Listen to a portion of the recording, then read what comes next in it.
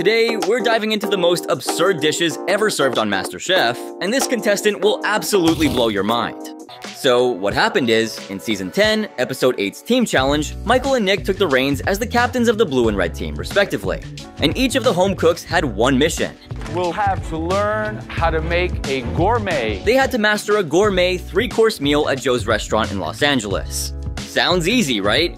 I mean, what? No, it doesn't. What are you on? We'll then have to come back here and teach the entire team. Seriously though, after studying all 3 courses, they had to memorize every single detail of the dishes and rely on their memory to teach it to their teammates. Talk about pressure. As the challenge kicked into high gear, the chefs had to nail a single ravioli with a perfectly runny egg. The ricotta and egg raviolo with brown butter and sage. Next up was a lamb rack and tahini and dried Persian lime marinade, and the team captains were furiously taking notes. Coriander and smoked paprika, and that gives it really good color. And finally, the third dish they had to execute perfectly without the luxury of a recipe. Next, we are going to do the sea trout with the Umbrian lentils and the red cabbage sotto. I mean, Season 10 was pulling no punches. With only an hour to prepare 3 plates for each course, the captains made a smart choice by opting out of cooking. First time I've actually felt really stressed in this competition. But their teams had to deliver 3 rounds of 3 immaculate plates. The stakes were high and the tension was palpable. As the competition heated up, some contestants thrived under pressure while others began to crack. Let's take a look at Sam, who was tasked with cooking the trout by Michael. But instead of following instructions, Sam decided to go rogue, opting for a stainless steel pan over the recommended cast iron. From Michael to the left, you're the blue team. Please put on your apron. Despite Michael's clear request to switch to cast iron, Sam stubbornly stuck to his choice, fueled more by arrogance than skill. I mean, why dig your heels in over a pan? But Sam refused to budge, and Michael had to step in to regain control before Sam's insubordination completely undermined his authority. I gave specific instructions to Sam, and I turn around, and there's stainless steel. Michael needed a new teammate to step up and use cast iron, and he found one. 2 of them done. Get those pans roaring, guys. They're already hot. They're already on. With that crisis averted, he shifted his focus to the pasta station, but things weren't going smoothly there either. Despite his best efforts, the butter just wouldn't brown. Cast iron pan, and I turn around, and there's stainless steel. And Michael's laser focus on the pasta meant other stations were getting neglected. Michael's not even going to have a chance to look at the other 2 dishes. This is a big mistake. When judgment time came, the pasta dishes took center stage. Visually, it looks like it's sat in a pool of butter. Unfortunately, the blue team's dishes were as bad as they looked. Michael owned up to his mistakes, admitting that making his team wait had backfired. Let's just say repercussions were looming. So my egg's undercooked. It's a shame because we've got the finesse of the ravioli absolutely nailed. Meanwhile, the red team absolutely nailed the pasta dish, but surprisingly struggled with the lamb. Different strategy and centerpiece another. Was that your idea? No, that was mine. Katura was adamant that the lamb was cooked to perfection, but Nick's lack of assertiveness and failure to speak up meant they ended up losing that round. It was a shame, because they had been doing so well up until that point. On the other hand, the blue team finally had a chance to redeem themselves. Seasoned beautifully. It's on point. Touch less cooking on the broccolini for me, but it's absolutely delicious. But oh boy, they blew it big time. The final dish was a complete and utter disaster. It was like they had already thrown in the towel. The red team's flawless trout sealed the deal for them, while the blue team's hot mess sent them straight to the bottom.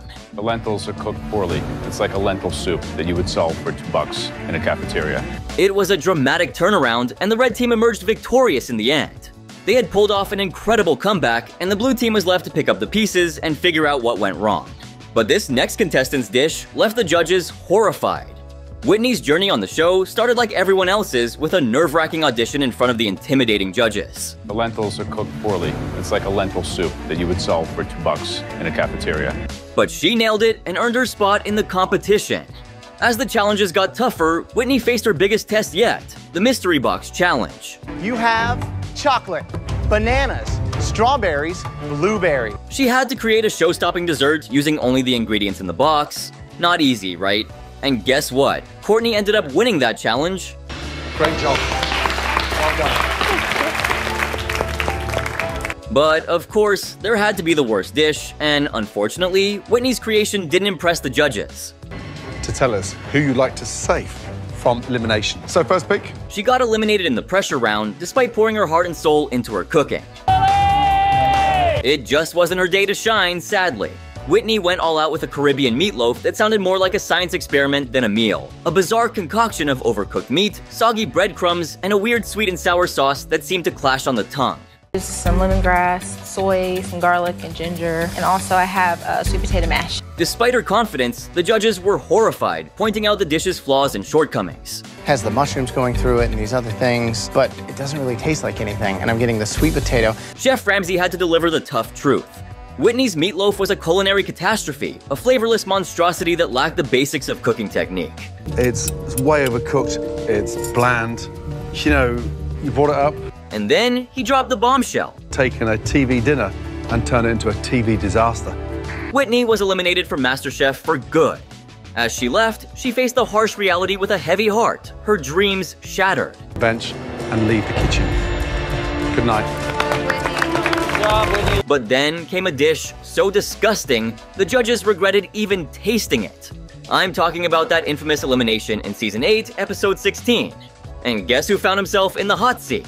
Everything you put on a plate. We want to see beautiful restaurant quality dishes, guys. Chef Ramsay set the stage with 6 boxes of pasta and then dropped the news. Each contestant had to make one of those pasta dishes from scratch. The room was alight with excitement and nerves. After winning the Mystery Box Challenge, Dino got to choose the pasta dish that everyone would have to make from scratch. And what did he choose for Gabriel? Now, pasta is the staple of Italian cuisine. These 6 are just a few of the hundreds of varieties of pasta. When the challenge started, Christina approached Gabriel, looking concerned, and asked him how familiar he was with Italian cuisine. And his answer was refreshingly honest. A little bit familiar. It's one of my favorite things to eat, but not something that I actually make quite often. Okay. So yeah, he had some idea what he was doing, and even if he didn't, he was willing to give it a try. I mean, you've got to admire his courage, right? But Christina basically told Gabriel he needed to step up his game in the kitchen if he wanted to prove that he was worth keeping around. But oh boy, it quickly became apparent that he wasn't quite meeting the standards she had in mind. And Christina was the first to express her concerns. Gabriel, he is struggling with the shape of that cannelloni. During the taste testing round, Gabriel was the third cook to face the judges, and he couldn't shake off the feeling that he was falling short. He admitted that his lack of experience with cannelloni had posed a challenge, and he wasn't happy with the shape and structure of his pasta. But he hoped that the flavors would save him. A ricotta spinach filling, topped with a rustic tomato sauce. However, Christina was quick to point out the dish's major flaws. What it's supposed to look like. The cannelloni was a letdown, literally. It was like a deflated balloon. And on top of that, the filling lacked seasoning. But the real issue was the pasta technique. It was all over the place. I mean, it was like he had thrown the ingredients on the plate and just hoped for the best. Chef Ramsay didn't mince his words either. The sauce, I mean, it's so sweet, it's extraordinary. He called it like he saw it, Gabriel's worst dish on MasterChef. And honestly, how could the judges not be disappointed after tasting that disaster? It was no surprise that Gabriel landed in the bottom too, and then the inevitable happened. Gabriel, I'm sorry, but... Everyone was shocked, devastated even. Even Yachitsia, who was standing right next to Gabriel on the chopping block, was stunned.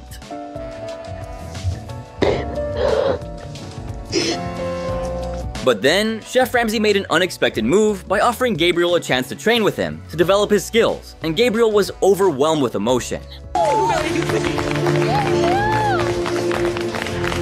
Chef Ramsay saw something in Gabriel, a 19-year-old with tremendous potential, and he wanted to support him. Will you accept that offer? Hell yeah, chef. And it wasn't just Chef Ramsay who made an offer.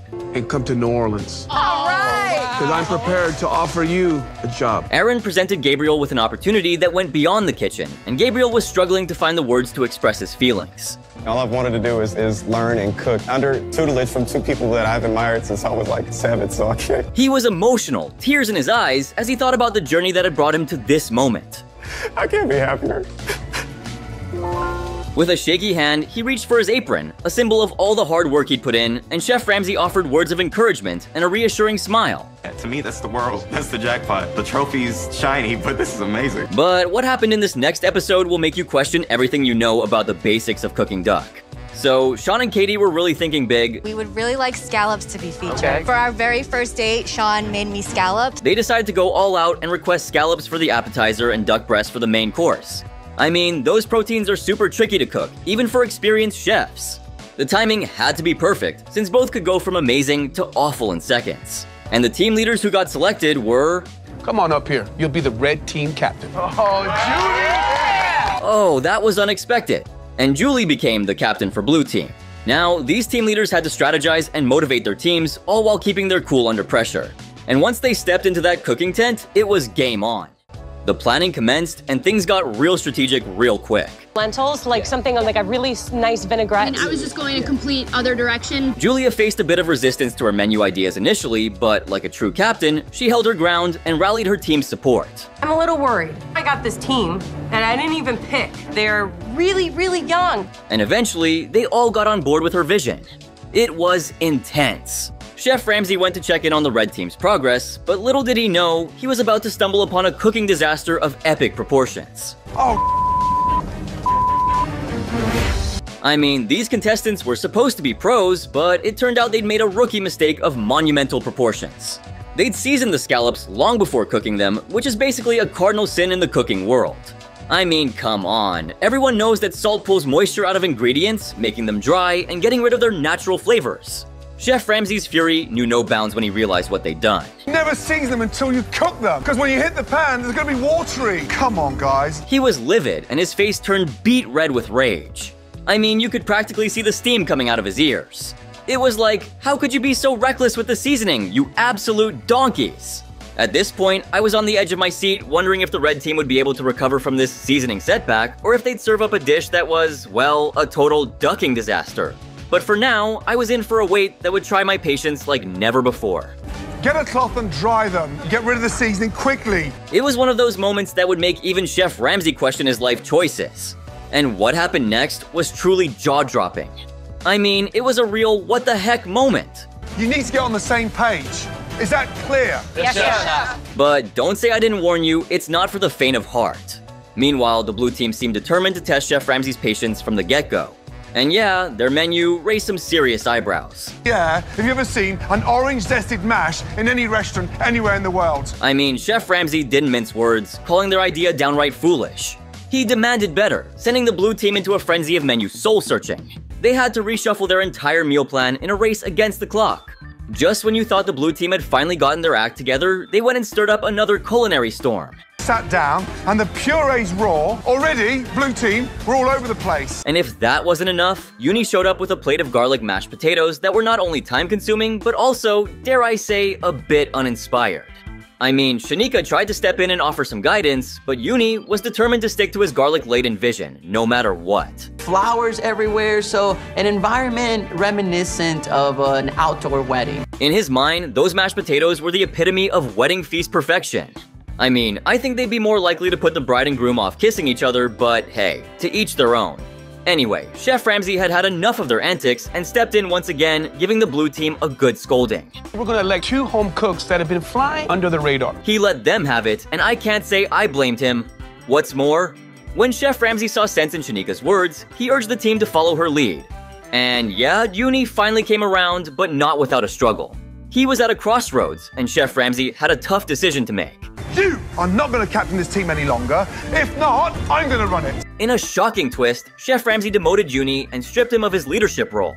Taylor stepped in, and her leadership style was a breath of fresh air. Come on down, guys, please. It feels terrible. She brought clarity and direction to the team, a stark contrast to Uni's mismanagement.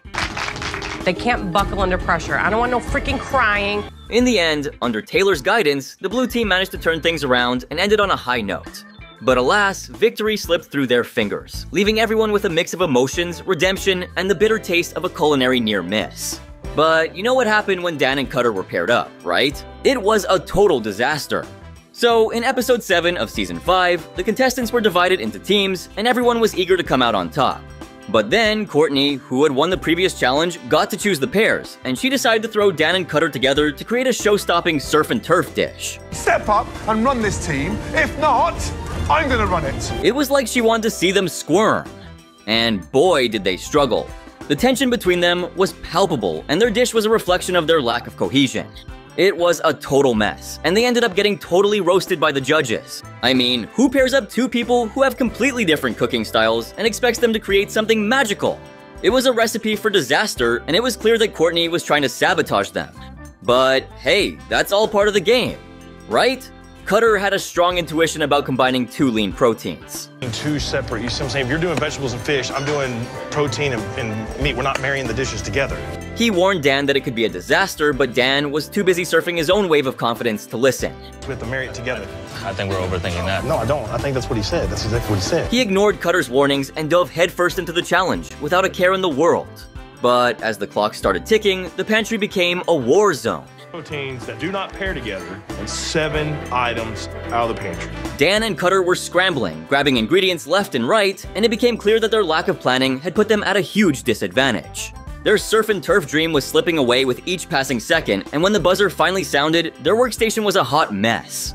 The pantry was bare, a sad reminder of what happens when you try to wing it without a plan. It was a total train wreck, and I was like, Dan, what were you thinking? When it was finally time to cook, everything fell apart. Dan and Cutter's incomplete ingredients left them desperate to scrape together something, anything, that resembled a dish. And that's when Cutter's famous temper flared up. Dan goes off on a wild tangent in the pantry, and by the time we got out of there, we ran out of time. He let loose on Dan, unleashing all his frustration at his inflexibility and lack of planning. He has an idea, I listened to him. Yeah. I told him I didn't like it. He just starts grabbing, and this is what you get. Ran out of time in the pantry. It was like watching a car crash in slow motion. You knew it was going to be bad, but you just couldn't look away. And then Chef Ramsay came in, and he took one look at their pathetic excuse for surf and turf and just let them have it. That is possibly one of the worst dishes in this competition so far. His disappointment was so evident, and his voice dripped with disdain. And just like that, you know Dan and Cutter were in for a world of hurt. But wait, it gets even better. Joe decided to take the insults to the next level and pulled out the ultimate diss, a trash bin. And oh man, he wasn't holding back. Do the honors. He straight up told them their dish belonged in the garbage. The tension was palpable as the judges delivered their final verdict. Dan and Cutter stood there, shoulders slumped, knowing their chances of winning had gone from slim to none. And in the end, it wasn't just about a failed dish. It was about teamwork, communication, and the ability to think on your feet. I know that this leads to a pressure test, which leads to a greater chance of me going home. But Dan got lucky. He managed to dodge the bullet despite the team's lackluster performance. I mean, he must have done something right to avoid getting sent packing. But in this next instance, one really strong competitor lost her footing. That dish belonged to... Okay, so I'm talking about the Elimination Challenge in episode 13, season 4, and Walmart was the sponsor again. Show you 2 baskets of ingredients from Walmart, including a variety of groceries as well as fresh proteins. I try to ignore the obvious product placement, but it's hard to miss. Anyway, everyone except Bree got a basket since she won a previous challenge and earned the right to assign the baskets. And let me tell you, that was a huge advantage. One basket had all the basics to make a simple dessert, but the other, oh boy, it had a premium ribeye steak from Walmart's Choice Premium line. It has a bounty of produce and groceries. The contestants had just 30 minutes to cook with a $1.25 basket.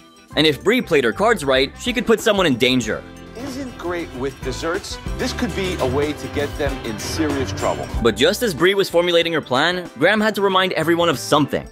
Walmart sells the highest quality choice steak. They're certified by the USDA for quality. Yeah, because nothing says appetizing like a blatant product placement. Anyway, Bree, now part of the top 10, decided to shake things up. She handed out the 1-hour baking basket challenge to everyone except Natasha, the resident baking genius. Talk about a strategic move. Natasha had to sit out for 30 minutes before she could even start, but I'm sure she used that time to plan her masterpiece. She has the spotlight on her. Natasha has a full 30 minutes to just stare at her ingredients. I mean, she was probably brainstorming and visualizing her dish, while the others were frantically trying to get their ingredients together. But then, Joe noticed something strange. Most of the time, I don't think she's even thinking about her basket. She has eyes full of disdain for Bree. He thought Natasha was giving Bree the side eye instead of focusing on her ingredients. Seriously? The judges started making their rounds, trying to sneak a peek at the contestants' dishes, and that's when they spotted Lynn up to something suspicious. I don't even like strawberry jello. I think it's kind of a cheesy ingredient. If you don't like it, why the are you doing it? What was he hiding?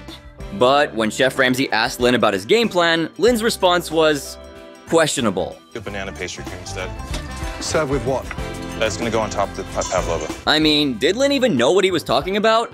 Ramsay seemed to understand, but he tried his best to steer Lynn in a different direction. You've got no cream to make, but you're gonna substitute that with milk. Lynn, are we saying goodnight to you? Meanwhile, Lynn was struggling at his station and Chrissy was fretting about her muffins not rising. Maybe because she added a ton of strawberry gelatin? Yeah, I made a whole video about it, go watch it. Anyway, time ran out and it was time for the tasting. And whose turn was it to present their dish? Lynn's. The king of plating, Lynn, let's go. Mr. Finesse. Chef Ramsay praised Lynn for his precise plating throughout the competition, but this time, Lynn wasn't so sure. But hey, it's up to the judges to decide, not him. Incredible. Lynn had impressed the judges before, but not this time. Let's take a closer look. Are you serious? Did you drive over it? What is it? Oh no, what went wrong in those 60 minutes that reduced the king of plating to this mess? The pavlova, a classic Aussie New Zealand dessert, looked like an animal's mess. But Lynn owned up to his mistake and took the heat. You know this is elimination, right? Chef Ramsay was beyond disappointed and called out the dish in the worst way possible. Baked it. And the taste? Let's just say it was a disaster. Later, with some strawberry or banana that your granddad left under his bed before he passed. Ramsay called it the worst dish he'd ever had on MasterChef, and Joe joined in on the criticism. Might be a memento for you to take home. Ouch! Lynn knew he was in trouble and thought it was his ticket home. But Chrissy's dish made me less sure. She immediately explained her bad decisions when it was her turn. Until I decided to put the strawberry gelatin in there. She didn't make any excuses, and I respect her for that. But Chrissy wasn't done yet. To some of my cakes to make it really moist. She took it upon herself to criticize her own dish, even before the judges could. God, yeah, they haven't. Oh, it's horrible. But Chef Ramsay wasn't having it. Putting gelatine inside something that you can do with your eyes. The judges had high expectations from her, but Chrissy had managed to completely disappoint them. As the tasting came to an end, the bottom 3 contestants were announced: Lynn, Chrissy, and James. But here's the thing, they had previously been the strongest contenders in the competition. But guess who got eliminated? To 0. Lynn. In the top 10. I'm sorry, your time is done in MasterChef. Yeah, that pink disaster was the final nail in the coffin. It was shocking to see someone who had been plating dishes that looked like they belonged in a Michelin-starred kitchen fall so hard. Station? Is this really happening? Lynn. I mean, unexpected doesn't even begin to describe it. Now, get ready to experience some jaw-dropping culinary missteps that left everyone in disbelief. And this dish right here will make you question everything you thought you knew about cooking. What in the is that? Now, Tommy was up in front of the judges here, and he was pretty eager to showcase his latest dish. But before I get things started, let me get one thing straight. Tommy wasn't just known for his cooking, but also for his unique fashion style. So you're a man of fashion, a man of art, style, panache. He brought his A-game with a dish that combined his favorite flavors, green tea, pistachios, and orange zest. I really wanted to do something with green tea. I love the color. Everyone was curious to see if this bold mix would wow the judges. Would his creative dish earn him praise or criticism? The anticipation was palpable as he plated his food, hoping his gamble would pay off. Now, I've heard of a sick bag, but that's the first for me, a sick box. Tommy explained how he envisioned the vibrant green of the tea and the fragrant blend of pistachio nuts and orange zest, creating a symphony of flavors. Together would create a symphony for your mouth. Oh, believe me. He wanted his dish to be a feast for the senses, combining ordinary ingredients in an extraordinary way. However, as the judges lifted the lid to reveal his creation, the judges knew they weren't going to get their money's worth out of the thing. Eating a tuxedo. I know, You're saying it's number 2. You could tell that they were either confused or simply low-key disgusted. I'm scared. Why trying to get too cocky? Why try to get too smart? In other words, Tommy's dish was a big letdown. He had described it so vividly, but what the judges got was far from impressive. Instead of a stunning plate, it looked like a messy pile of leftovers. There was no elegance or refinement at all, making it hard to believe it was from a MasterChef contestant. But visually, I'm shocked. I honestly don't know how you got there. It's not my best. Now, Tommy himself was really disappointed. I'm sure that is not what he expected the outcome would be like, but, well, he tried his best to hold his head up and stay calm. Keyword being tried. But the self-deprecating attitude he shot back with, saying his dish looked more like a sick box than the fancy meal he had planned, didn't really do much to make things better. I always try to take something ordinary and change it into something grand. But, I mean, I guess kudos to him for telling it like it was. I mean, maybe I should be going easy on him for having the decency to admit his mistake. Either way though, the judges didn't find it funny. Chef Ramsay immediately tore into the dish's dull look, even suggesting it should have a warning label advising people not to look at it in daylight. Should come with a health warning. Do not open. Meanwhile, despite knowing the obvious, Tommy was hoping for positive feedback. He knew the presentation wasn't perfect, but he didn't expect the reaction to be so harsh. But Ramsay wasn't about to sugarcoat anything. The atmosphere was tense as Tommy continued to listen to the feedback, each statement tearing into his dish, growing painful by the minute. Do not open in broad daylight. See? Although there were a few redeeming flavors, the overall verdict was far from positive. The textures were off, and the combination of ingredients didn't harmonize as Tommy had hoped. Close my eyes. There are bits in there that taste decent, but visually The dish was, in a word, embarrassing. Tommy couldn't help but feel the weight of his failure as the judges delivered their feedback. It was a harsh lesson in the importance of execution matching ambition. As the tasting concluded, Tommy stood in the MasterChef kitchen, feeling the sting of defeat. His grand vision had not translated into reality, and he found himself the subject of ridicule. While Tommy was trying his best to put up a bold face, Katrina couldn't help but laugh at the absurdity of the situation. And Katrina is laughing at me. Now, let me remind you, these two contestants, Tommy and Katrina, locked horns with each other all the time for no apparent reason. It was like they were born enemies, and even they had no idea why they had such hatred towards each other, but look what happened. In the grand scheme of things, Tommy, who was usually so confident and stylish, now felt like a fool. I have never been more embarrassed. I mean, let's give it to him. The poor guy had a rough day in the kitchen. He realized he had let his big ideas get in the way of making a good dish. He had tried to be too fancy without getting the basics right. The dish he made looked impressive but didn't taste good. This was a wake-up call for Tommy. It showed him that sometimes keeping things simple and clear is the way to go in cooking. Even though he was disappointed, Tommy knew that this was just a bump in the road. Every top chef has had failures and learned from them. Tommy decided to use this experience to improve. It taught him to be humble and to find the right balance in his cooking.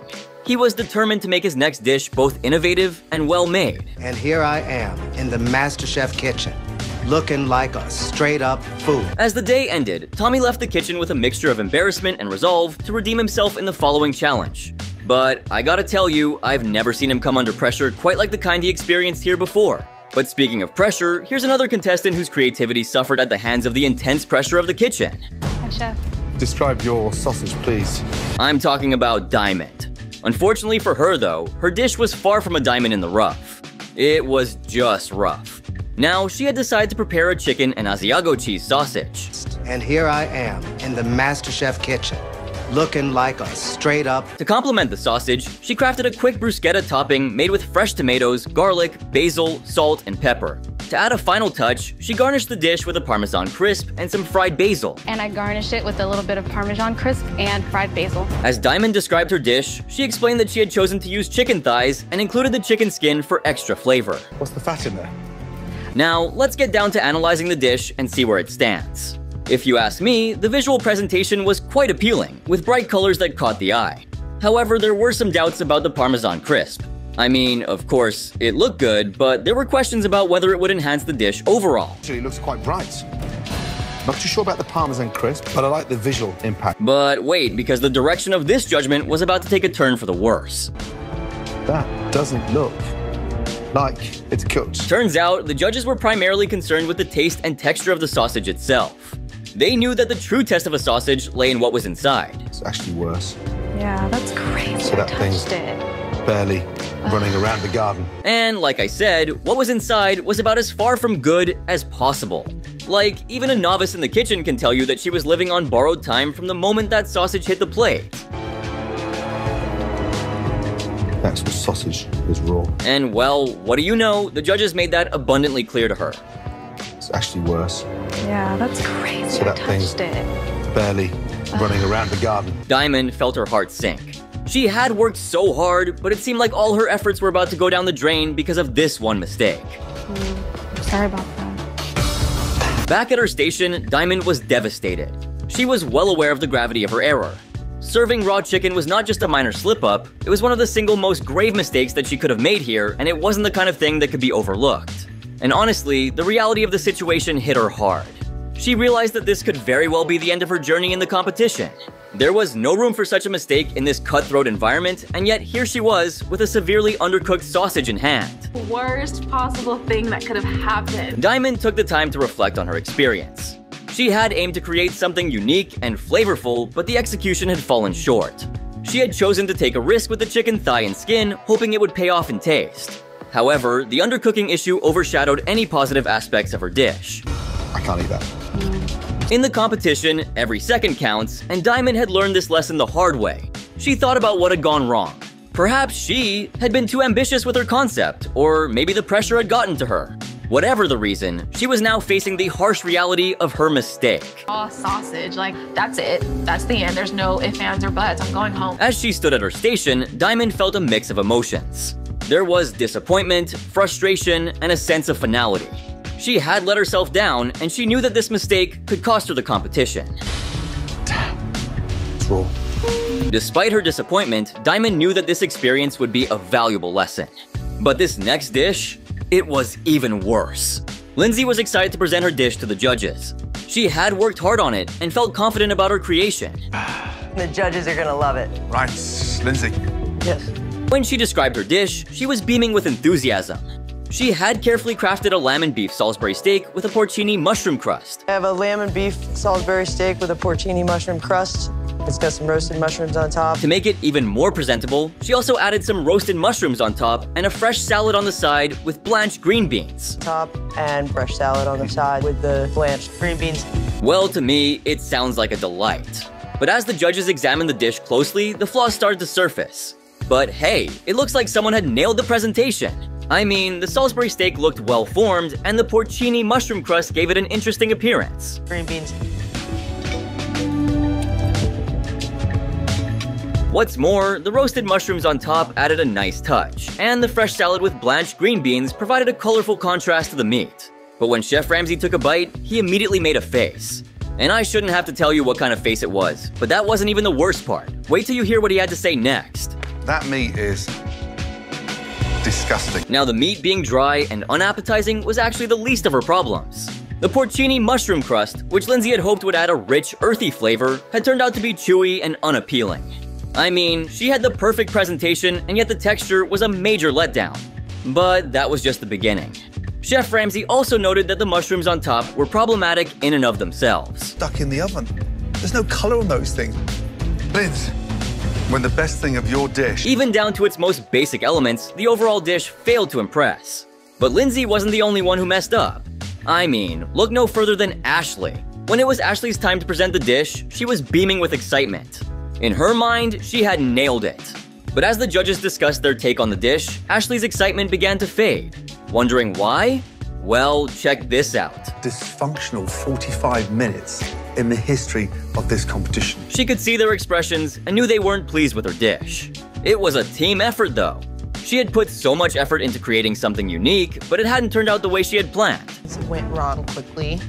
Honestly, I didn't really agree with our concept in the beginning. Chef Ramsay again spoke up, summarizing the constructive criticism.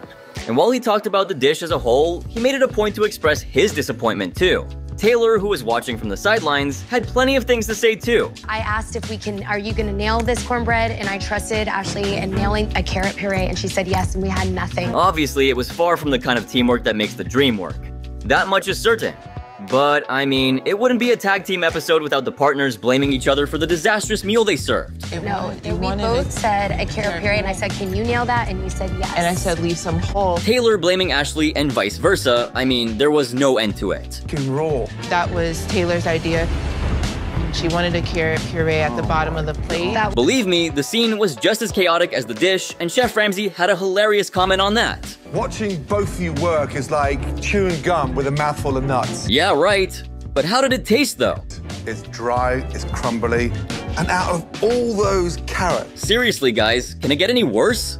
Cut like freaking elephant toenails. Who cuts it? Well, looks like it just did. Anyway, moving on to episode 6 of season 9, the challenge for the contestants was to create the perfect banana cream pie.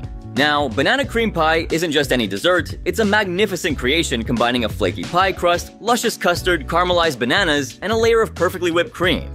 But for as delicious as it can be at its best, it's notoriously difficult to get right. So the pressure was on for the contestants. Banana cream pie. Creating a banana cream pie is an art. It's all about balance. The custard needs to be smooth and rich, the banana's just the right level of sweetness, and the whipped cream light and fluffy. Using banana-flavored extract was strictly forbidden. Make sure you're tempering that cream even and smooth. Crust should be resting. A cookie crumb crust? Completely out of the question. Adding too much sugar?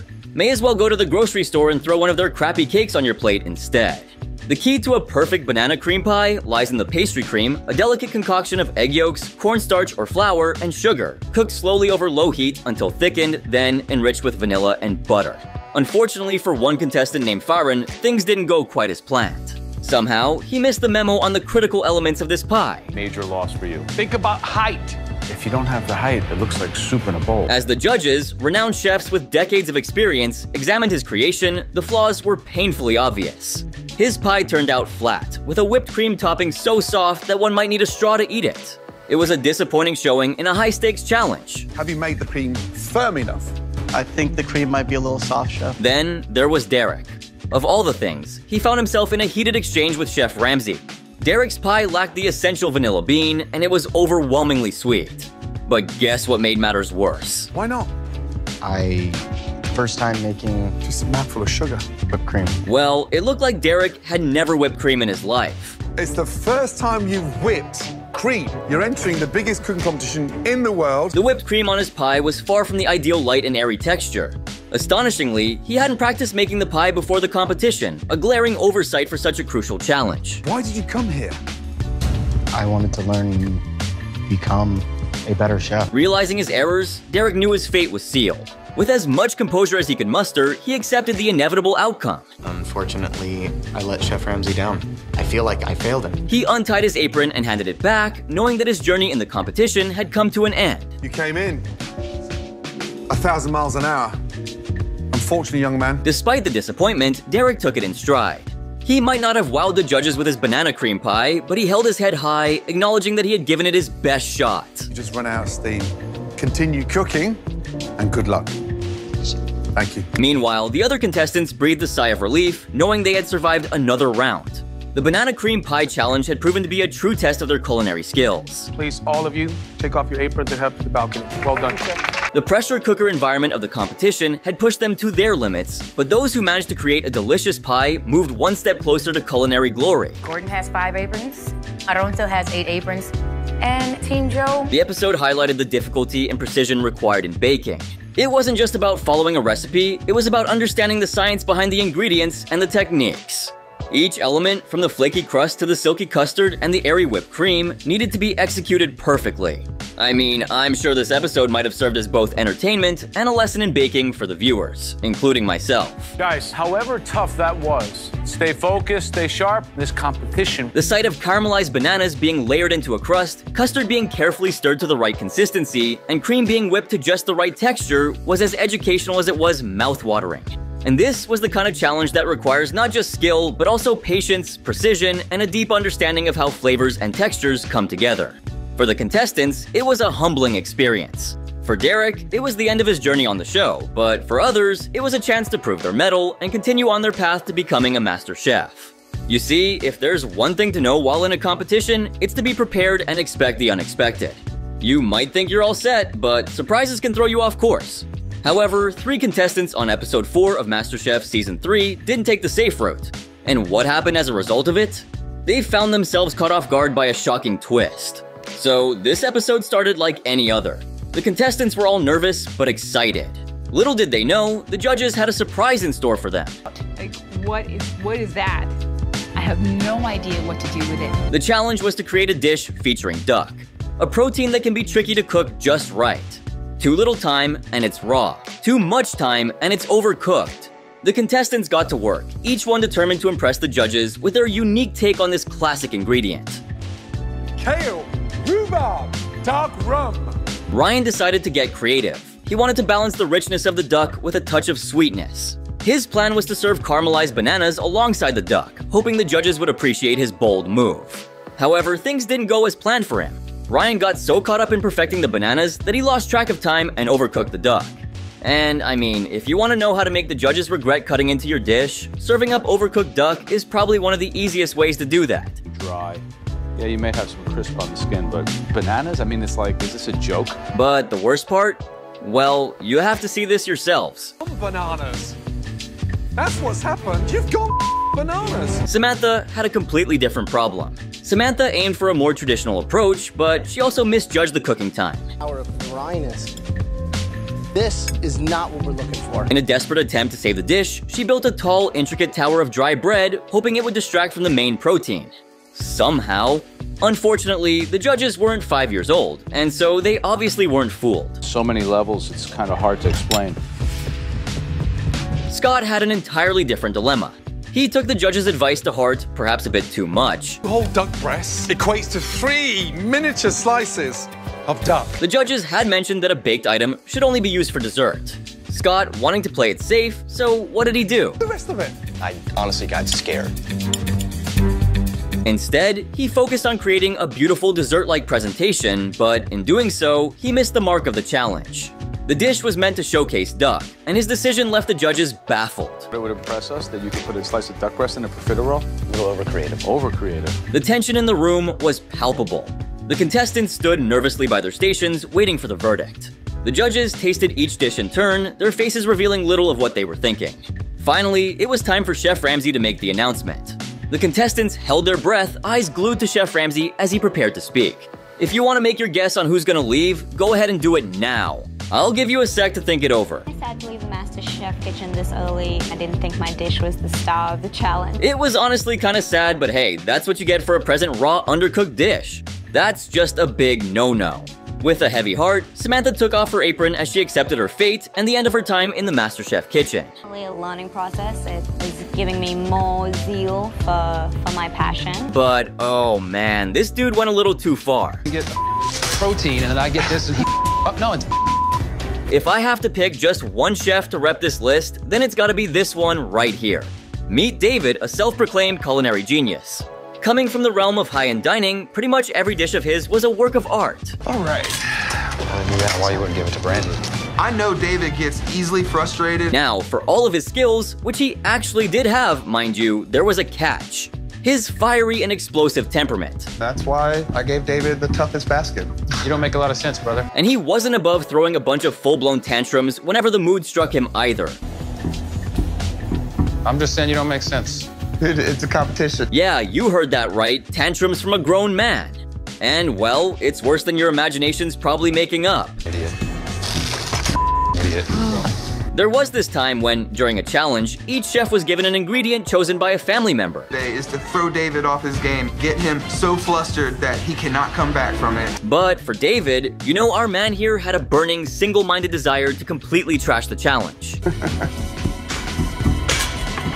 Feeling like the world was against him, he dramatically threatened to walk away from the competition altogether.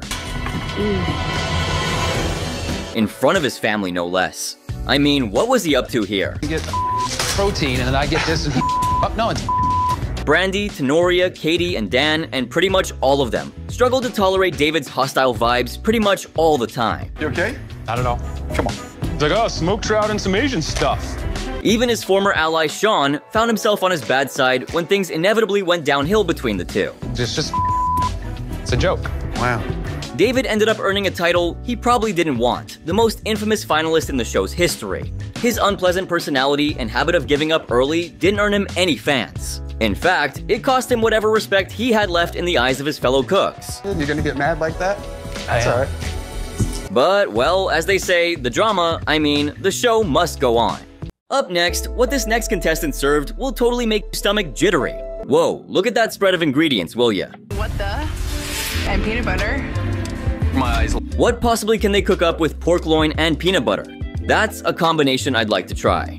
But there was one contestant who stood out for all the right reasons. It's that fine balance that you managed to achieve. Well, to me, honestly, Marita does look like a threat since she made it to the top 3 in the Mystery Box Challenge. But who gets to win this one? Is Marita. And there you have it. She ended up winning the challenge. Now, being the winner of the challenge, she had the power to decide what the rest of the contestants would cook for the night. By land by air? Now, what was Merida going to choose for the contestants for their elimination challenge?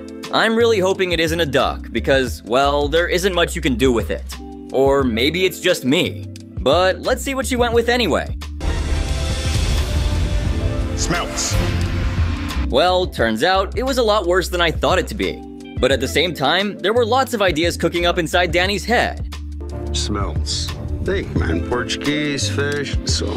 But would it be good enough for him to stay in the competition? Doing this? Really? You're doing Smelt croquette. Is that a smelt croquette?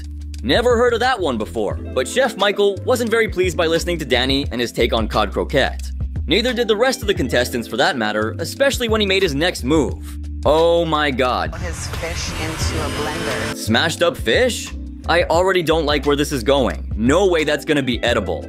And just as I predicted, the judges didn't find it impressive. You know, Danny's making a croquette. I can see the smell. It doesn't have a lot of flavor. Well, I can't say I'm surprised by those comments because Alvin wasn't wrong either. I don't think it's really going to come out as Danny imagined.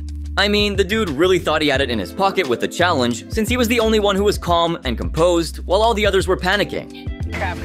I'm cool as cucumber. But guess what? The clock was ticking down faster than you can imagine. 5, 4, 3, 2, 1. Heads up! I mean, that was really close. Now, let's see if our boy Danny will pass this elimination test with flying colors, or would he sink to the bottom? The room was filled with tension as the contestants prepared themselves for the tasting. But Danny was as cool as a cucumber. Please come up here with your dish. With that kind of confidence, here I was, hoping that the dish would taste good. But let's see what he presented first. Sauce. Chili lime sauce. I mean, the dish did look appealing, but will it be enough for the judges?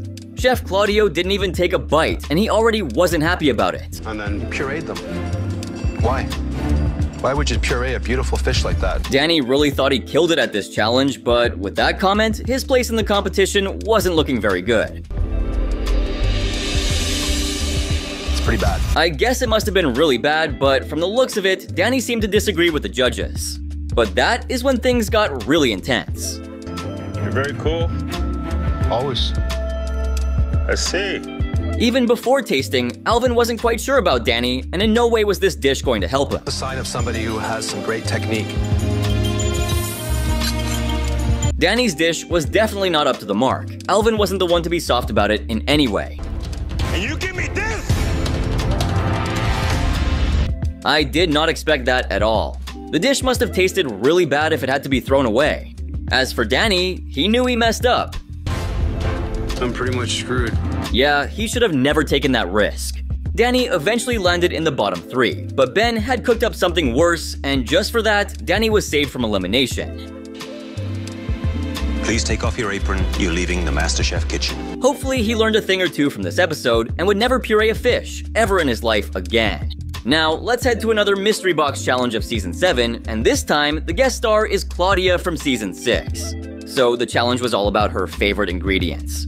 That Claudia has filled your mystery boxes with her favorite Latin-inspired ingredients. Ooh, Latin ingredients. I can smell the spiciness through the screen, and hopefully the contestants did justice to them. And if Claudia being there wasn't enough, they made her cook with the contestants. Claudia and Aaron Sanchez will be cooking alongside. The tension was through the roof. Now, let's see what the contestants are going to whip up, and who ends up winning the mystery box challenge. I want to stop and watch him cook, but I know I can't. Me too, Tenoria, me too. But gotta put your head in the game and try to win the challenge. Anyway, after an intense 1 hour, it was finally time to taste the top 3 dishes. 3, 2, 1, and stop! Hands in the air! The top 3 dishes were given a taste, and it was now time to reveal the winners of the challenge. Super impressed. Tenoria. Well, Tenoria it is. And you know the drill. Tenoria got to pick what the contestants would cook. Now, all the choices she had were really good desserts, and I would have wanted to pick all 3. But it's not about me, is it? So what did Tenoria go for? Check it out yourselves. Pie. Well, good choice, I say. I mean, there's a whole lot of different combinations you can whip up with those pies. But what would the contestants cook up? I feel like I'm definitely in my element right now because back in Kentucky, I bake apple pie, sweet potato pie. Well, Brandy looked way more confident than the other contestants. But would her dish live up to the confidence? Or would it be a disappointment? From there, it's all about the filling. Right on target. I mean, I am no chef, but it looks like Terry had got this in the pocket. And well, if you thought Brandy was struggling with her pie, you haven't seen Lisa Ann yet. There? Yeah. It looks... Ooh, that doesn't even look edible. Good luck to the judges because it sure looks like a nasty mess. Oh, that's bad. I gotta get this pie in the oven. It needs to be in there 10 minutes ago. Brandy was running out of time. She had just 35 minutes left on the clock, and there was all possibility of her dish being undercooked. But in the end, this is what she came up with. It's got cheddar cheese, maple in it. My kids, the one topping that we can all agree on is cheese and maple syrup? I don't see how those two ingredients are going to mix together with the bacon she planned to add in the end. I mean, Christina didn't look happy at all. Cheddar cheese apple pie is your standout moment. Yes. I mean, why would anyone mix cheese and maple syrup? I understand the combination of sweet and savory, but I'm really curious as to how the whole thing will come together. And when Brandy was called out first for the tasting, she really thought she pulled the pie and was proud of it. Flavors to elevate my pie. I don't feel like I've shown my southern flavors so far in this competition. Well, here's to hoping that it tastes as good as it looks. Pie, please. I made a Granny Smith apple and cheddar cheese pie. I just hope kids are in bed right now. They're not. They're watching this. Looks like the pie only looked good from the outside, but I guess you can see how it turned out. A total disaster. I might not want to have cheese or bacon or pie for a while now, that's for sure. But wait, you haven't seen the worst yet. Watch horror movies? Because that scares the crap out of me. Oh boy, was I not expecting that. Yeah, it doesn't cook down that well. Whoa, it's even worse than I thought because there's no way the apples inside were evenly cooked through. If the dish wasn't miserable enough, the comments that came her way were worse. But I think this has been one of the biggest disasters you've cooked in this competition. And Chef Ramsay wasn't about to go soft on Brandy. I've done so well in this competition so far, I feel like I stepped into my comfort zone. Those comments were rough. Brandy's hopes of staying in the competition were hanging by a thread. But guess what? The judges decided to throw a curveball. Yes, Chef. Oh no. To Brittany and Brandy.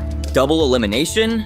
That was totally unexpected. Looks like Brandy's Southern-style pie literally took her south.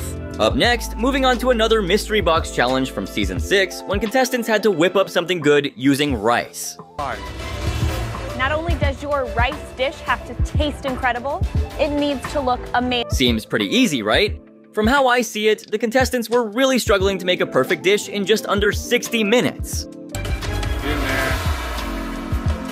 What can you possibly make with rice that sounds and looks gourmet? Here's what Shelly had in mind. I'm making curry shrimp and rice and a... Ooh, coconut rice sounds really nice. And Shelly was pretty hopeful that her sriracha sauce could earn her a position in the top 3. I mean, she was completely hyped up about her dish. You know, anybody that's from the islands or anybody that's a dollar to stretch, they know about some rice, so Now, let's not forget, if she doesn't make it to the top 3, then the elimination round was headed straight to her. The heat was getting higher in the kitchen with everyone pouring themselves into their rice dishes. Spoiler alert, Shelly's dish didn't make the top 3. So, guess who won the challenge? is Tommy. Tommy deserved to win this one. That bamboo tree rice he presented totally won the judges over. Now, Tommy got to choose the main ingredient that the other contestants would be cooking with. Pineapple, or my tomato and basil. That's like starters, main course, and desserts. So, what did Tommy choose? Peanut butter and jelly. You know what? I don't think I should ever consider participating in MasterChef. I mean, I would barely make it through in the first round. But, well, these contestants are fire. Jelly, looks like you need 2 baskets. And so, they got started. When people think of peanut butter and jelly, they think of something sweet and dessert. I'm looking forward to how these contestants would make a savory dish out of it.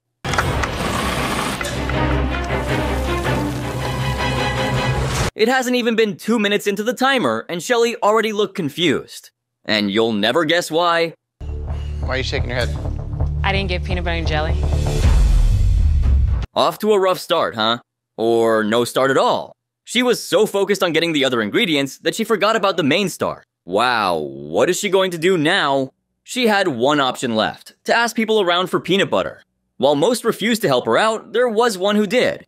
Extra? I don't care, I'll take whatever. Thank you. Shelly got lucky that a towel had extra peanut butter, or else it would have been the end in the MasterChef kitchen for her. But hey, shouldn't she be disqualified or something? As in, isn't borrowing against the rules? I don't know, help me out here. Anyway, let's see what Shelly's got up her sleeves. Peanut butter and jelly egg roll with a jelly sriracha dip. Is this dish good enough to get yourself the... Did I hear that right? A jelly egg roll? How was that even the first thing that popped in Shelly's mind to make? 7, 6. You could see the tension build to make something as simple as peanut butter and jelly into a dish that can get these contestants a spot in the top 10. 4, 3, 2, 1. Hands up. There were a lot of sweet dishes, but not a lot of savory. Hopefully the innovation is there in all of these dishes. Soon enough, it was Shelly's turn to present her dish. Spring roll has mint and strawberry pieces and a sriracha jelly. That's a lot of stuff in one roll. From strawberries to those spicy sauces and even eggs. I clearly don't see it all going together well. Honestly, you'd expect a better looking dish if you're fighting for a place in the competition, and that dish does not scream good looking. It's like a stuffed condom. And the taste? It was worse. It's just way off the mark. Ground beef and strawberries do not go. Ever. Whoa, I knew it would taste bad, but didn't think Chef Ramsay would spit it out of his mouth. Must have been really disappointing. It's going to be difficult for Shelly to find her place in the competition. I don't think she's going to be making egg rolls again anytime soon. First time, backwards. I'm sorry. But Shelly lived to cook another day in the competition because someone upped her worst dish. It's Sarah. Oh, God. Well, close call. Now, each team is responsible for creating over 300 canapes. But you know how these team challenges can always be difficult, right? But all the contestants on MasterChef Canada were pulling through with it just fine. Until something happened. So what happened is, it barely took the blue team 5 minutes to figure out their dishes, and it was back to grinding. 100% Josh cooks the scallops. Josh is on scallop. Okay, good? Yeah, we're good. But let's check out what's going on with the red team. Hot Bellini, dill, and caviar, like total traditional. I'm not looking for traditional. We are in an art. With disagreements taking the place of discussion, the red team was a total mess. Let's not fiddle with the smoking gun, please. No. Okay, guys, let's not lose it in the very first beginning. Nobody was ready to listen, and each of them were coming up with their own ideas. Well, sounds like one hell of an opinionated group. But would they be able to pull it off together as a team? About this. We've got more of a refined style, we love nice plating, and I think we're a little... Yeah, I really love confidence. I mean, just look at how smoothly things were going with the blue team. Each of them had different dishes to focus on, and there was absolutely no interference between each other. 1 hour left in this cook. 1 hour of cook time. Okay, so where are we at? As the timer ticked down, the teams rushed to get things in place. Coming out of this kitchen in 2 minutes. Come on, go. The pressure was building up with just 2 minutes left for the teams to present their first dish. 1. Time to get your first canopy out. Alvin was pissed. The red team had completely missed plating the dish on the right trays. Meanwhile, the blue team had already managed to present their dish. Come on, you're late, come on! Finally, the red team is out the door with dishes flying out left and right, the people at the art gallery were making their choices about their favorite team. It really was a tough choice for the judges, but there could only be one winner. Is the red team. Whoa, I really didn't expect the red team to take the win, because clearly they were struggling with getting along with each other, but looks like they managed it somehow in the end. Facing the pressure test. But I'm really sad that the blue team found themselves in the elimination round because it really seemed like they had it in their pockets with that tuna tartare. Sadly, going into the elimination round meant that one contestant from the blue team will be saying goodbye to everyone. Now, it's gonna take a special dish to make it back into the show. But let's see what's cooking, shall we? Cheesecake. Cheesecake? What is with MasterChef and their obsession to make desserts during an elimination round? Isn't that always a risky move? I'm ecstatic. I love cheesecake. I'm very happy. A rich, creamy... Josh wasn't happy. The dude was a savory cook, and desserts were not up his alley. Your time starts now! I'm very curious as to what flavors the contestants would make the cheesecake in, because the combinations are endless with them, and you can never go wrong with them. However, Josh had never cooked a cheesecake in his life, but despite that, he seemed pretty confident that he would make it through in this round. Way out of it. That's what I'm gonna do today. With Josh losing his mind on how to bake the cheesecake, it looks like his friends from the balcony were lending him some help. No, put it on the sheet pan. That cheesecake's worth $100,000. You have that much. But let's take a quick sneak peek into his dish, shall we? He does mangoes, he has passion fruit. I think it's going to be interesting what he does. Alright, I like the sound of that. Passion fruit and mango do really sound like a good combination, and I know for sure it'll work with the cheesecake as well. And I'll cook with fire. Woo! Ah, the flame. Chef. I really thought Josh would be under a lot of pressure, but look at him. The dude was having a great time cooking the dish. But this confidence didn't last long when he pulled out his cheesecake from the oven. Rose into the cake pan. Oh, damn it, Josh. Use the spatula. You could see the regret of taking the cheesecake too lightly on his face. You never know what goes wrong. 3, 2, 1. Hands up. Oh shoot, look at that cheesecake. I don't think it's even worthy of being taken to the judges now. It was all down to crumbs. But even with the whole cheesecake falling apart, the judges were really impressed with how it turned out. But it holds well. Very good. I'm shocked really because it actually looks good, but what about the taste? During the judgment, despite making cake that was basically falling apart, Chef Michael's reaction was rather positive. It's quite magical. Thank you, Chef. Well, Chef Michael really seemed to love it, but it's not just the taste that will get Josh through the round. At this point, his position in the competition was looking bleak. And just like that, he made it to the bottom two. Josh, it pains us to see you both. I knew that Josh would be left in the bottom because that dish did not look appealing to the eye in any way, and no one would want to eat it even if it tasted good. So, will Josh be sent packing? Or would the passion fruit come to his rescue? Cheesecake with passion fruit, which is appropriate because you cook with passion. Oh, damn. I didn't think it would be the end of the road for Josh because he really did something out of his comfort zone. But looks like it has all come to an end all because of one broken cheesecake. But here comes a contestant who serves something even worse. For honeycomb, there's chocolate foil, there is saffron poached pears. Meet Rashidul, and he's actually the first Bangladeshi contestant on MasterChef Australia. And just with that one dish, he managed to surprise the judges. They were so impressed that they made Rashidul's son hand him over the apron.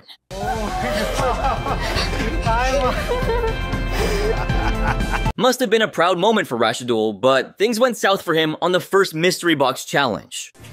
1 minute, go! Come on! With the pressure building up in the last minute of the cook, Rashidul was running around to get his dish out of the fridge. The fridge door comes back and hits my... I can already see where this is going, and it's going to be a sad ending for Rashidul. I know that sound, and it definitely doesn't sound good. With just 30 seconds left to get the dish to the judges, Rashidul didn't have anything to serve. The plate is on the floor and I mean, it's even worse than I thought. There's no way he could even salvage it and serve it. It was shattered into pieces and Rashidul was disappointed in himself. I feel devastated and I just freeze for a moment. Poor dude put his whole time into the dish, only for it to fall apart. And without a dish, it was evident that Rashidul would end up giving the elimination test, but no one expected this in the end. You're going home. That was brutal. Despite being off to a great start, Rashidul was sent packing home. However, our man here decided to keep his head high and leave the MasterChef kitchen with a smile on his face. So, can you think of more times when contestants ruined the dish? Make sure to let me know in the comments below. And if you enjoyed this video, make sure to drop a like, subscribe, and turn on my post notifications. And if you thought this video was crazy, wait till you see my next video right here, it's even better.